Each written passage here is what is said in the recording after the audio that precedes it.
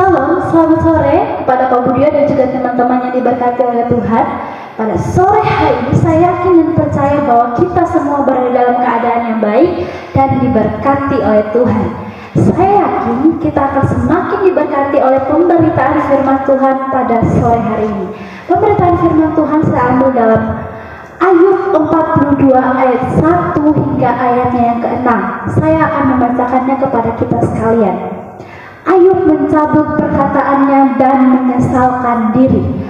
Maka jawab Ayub kepada Tuhan, "Aku tahu bahwa Engkau sanggup melakukan segala sesuatu dan tidak ada rencanamu yang gagal.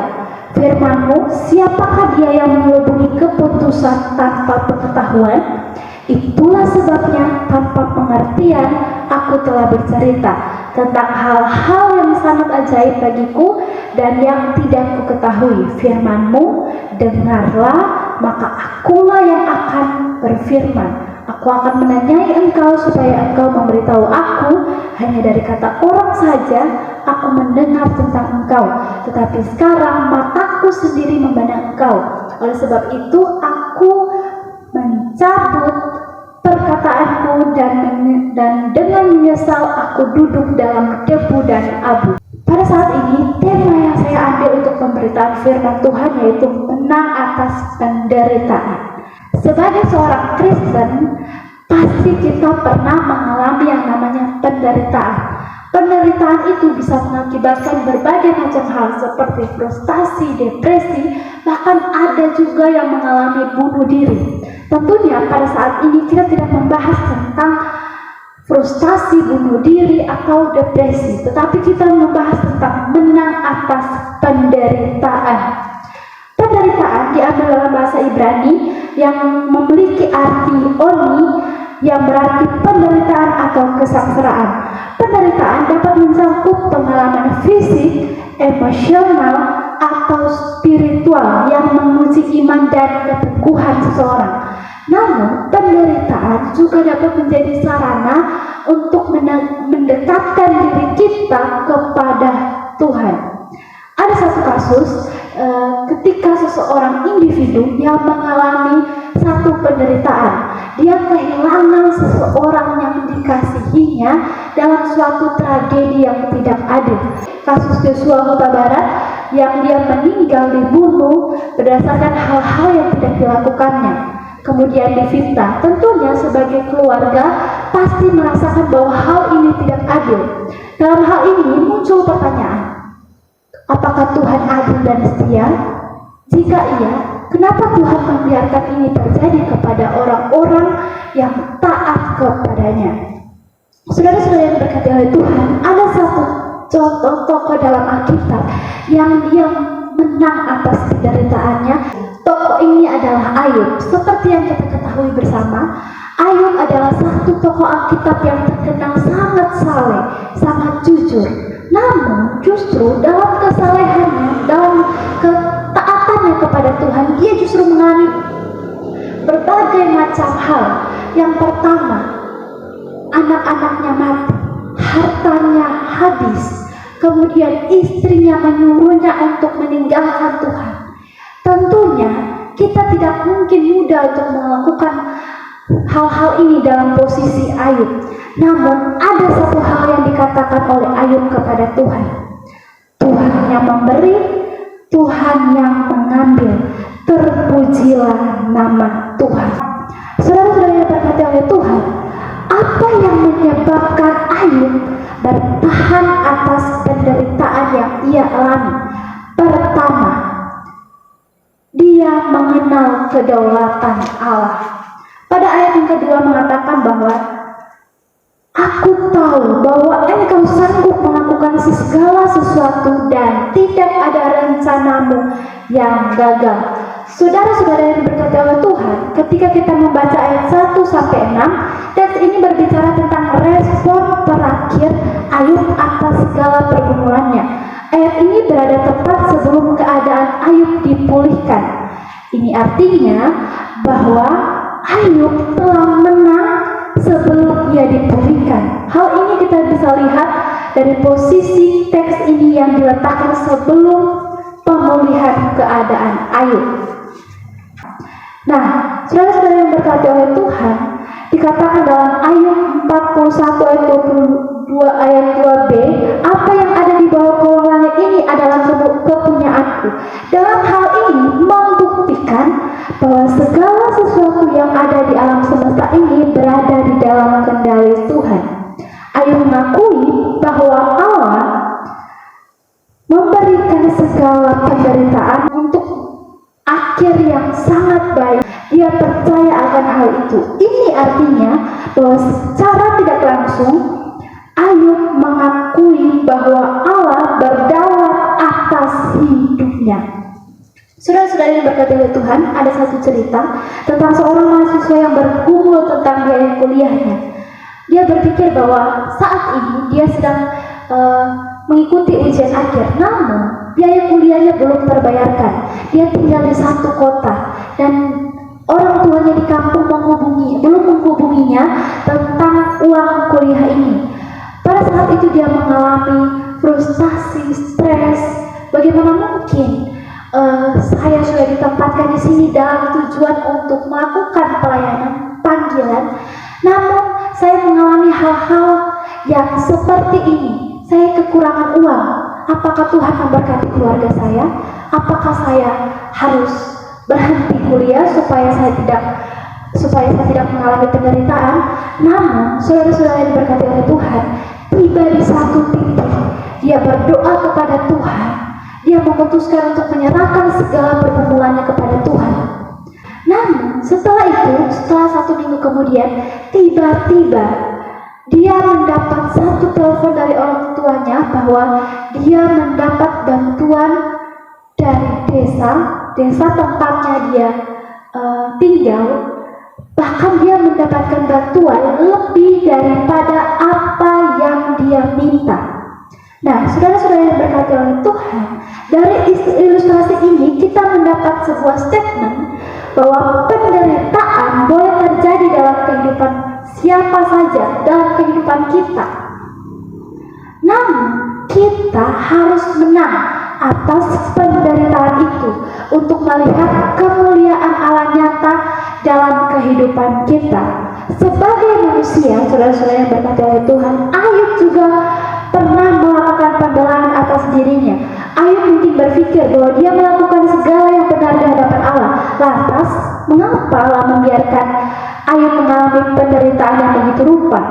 Nah, saudara-saudara yang berkati oleh Tuhan, sebagai orang percaya, tentunya kita juga memiliki masalah atau persoalan dalam kehidupan kita.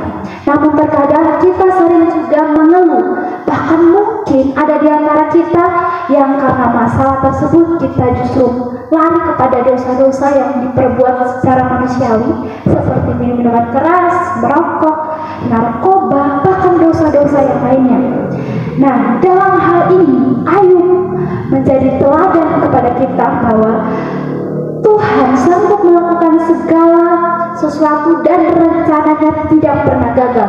Dan kita masuk dalam poin yang kedua, apa yang membuat Ayub menang atas penderitaannya? Yang kedua, mengakui hikmat Allah. Dalam ayat yang ketiga mengatakan bahwa firman-Mu, siapakah dia yang menyelubungi keputusan tanpa pengetahuan? Itulah sebabnya tanpa pengertian aku telah bercerita tentang hal-hal yang sangat ajaib bagiku dan yang tidak ku ketahui.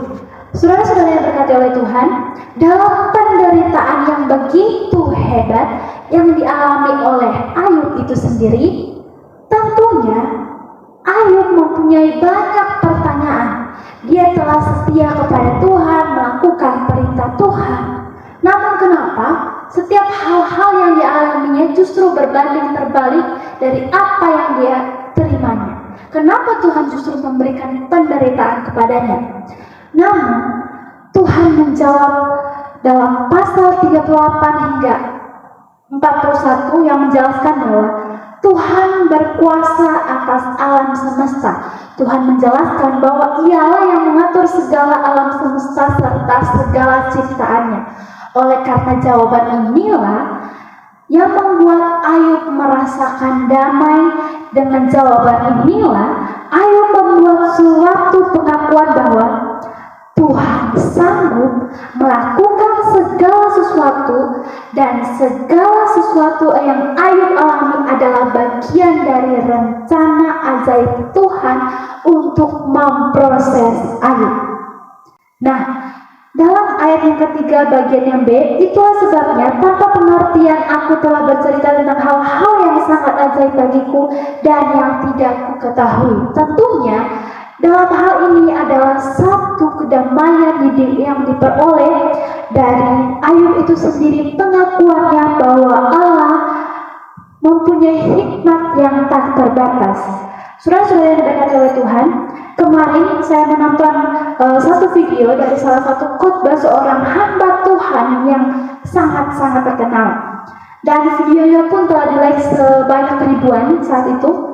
Dan dalam firman Tuhan dia mengatakan begini, saudara-saudara, jika saudara percaya kepada Tuhan, saudara akan diberkati, saudara akan memiliki harta yang banyak, saudara tidak akan berkekurangan, bahkan saudara akan kaya dan tidak akan menderita.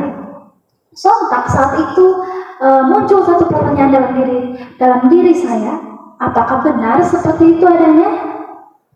Saya percaya kepada Tuhan, tapi terkadang dalam perjalanan kehidupan saya pun sering mengalami penderitaan. Bahkan saya juga merasakan hal-hal yang membuat saya berada di titik di mana saya tidak mampu lagi. Apakah mengikut Tuhan akan membuat kita kaya dan memiliki harta banyak? Tetapi saudara-saudara, ketika kita membaca kisah Ayub dan belajar akan hal ini, saya mengerti bahwa penderitaan adalah bagian dari rencana Allah untuk kita bisa diproses, serta kita bisa mengenal Allah lebih dalam. Nah, saudara-saudara yang diberkati oleh Tuhan, hal ini membuktikan bahwa Allah juga memperkenalkan dirinya dengan penderitaan-penderitaan yang kita alami. Hal ini mematahkan pendapat yang berkata kalau ikut Tuhan pasti dapat banyak berkat dan kita menjadi kaya, seperti kata pendeta yang tadi. Dan diperkuat lagi, kita akan baca bersama-sama dalam 2 Timotius 2 ayat 3 dalam perjanjian baru yang mengatakan, ikutlah menderita sebagai seorang prajurit yang baik dari Kristus Yesus.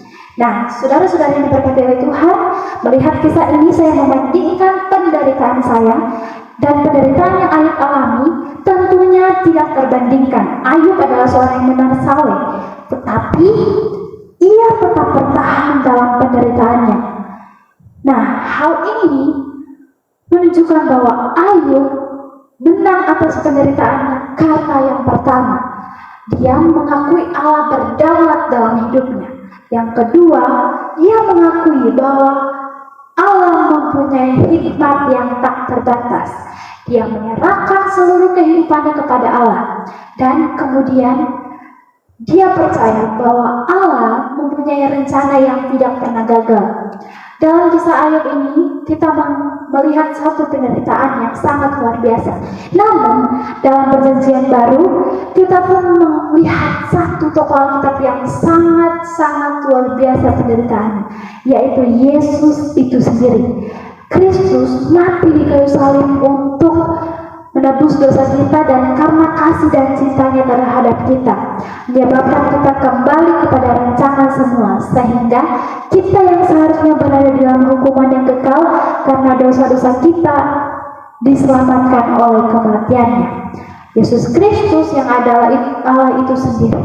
Jadi saudara-saudara yang berkati oleh Tuhan, marilah kita menang atas penderitaan. Jangan kita membandingkan penderitaan kita, membuat penderitaan kita itu terasa sangat sulit, padahal sebenarnya masih ada penderitaan orang-orang yang lain yang lebih sulit. Dan kita harus percaya kepada Tuhan bahwa penderitaan kita alami sebagai satu proses dari Allah. Jadi marilah kita menang atas penderitaan kita, marilah kita mengakui Allah berdaulat atas kehidupan kita dan mengakui hikmat Allah. Demikian firman Tuhan pada sore hari ini. kita akan menutupnya. Terima kasih, Tuhan Yesus memberkati.